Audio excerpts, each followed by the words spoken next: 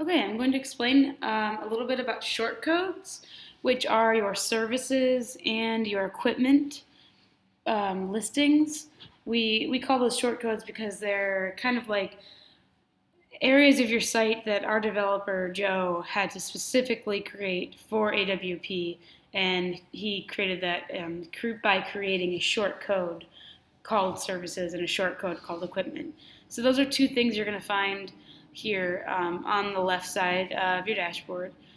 So equipment, I'll start there. Equipment, you can add any piece of equipment, and these are all done through those spreadsheet imports that we'll explain in another video. But basically what's most important here about just the short code is that you make sure everything has a category. So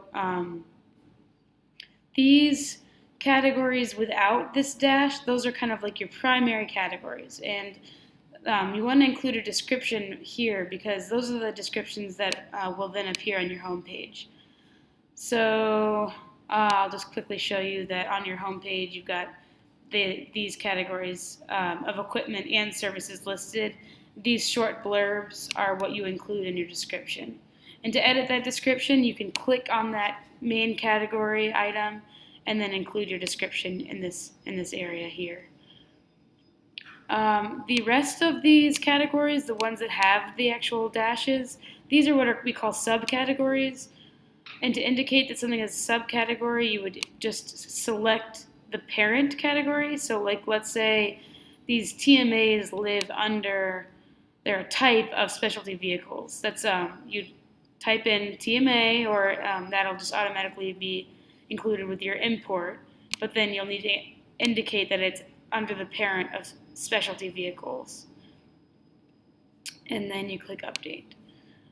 So that's just to say that when you're looking at all of your equipment, you want to just go straight to categories if that's something you're interested in editing, and then make sure that you've got these big major categories have descriptions, and that anything with a dash is actually just a sub item underneath one of these main categories as indicated by that drop-down parent menu.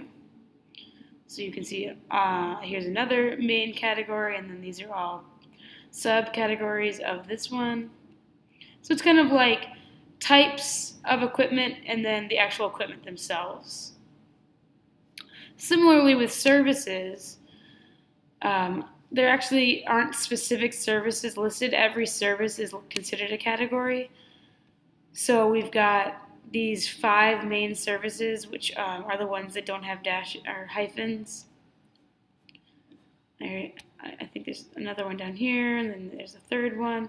And then make sure all of those major categories have descriptions, and these are just sub items of those categories. Again, you do that by clicking into that service and then selecting the parent category.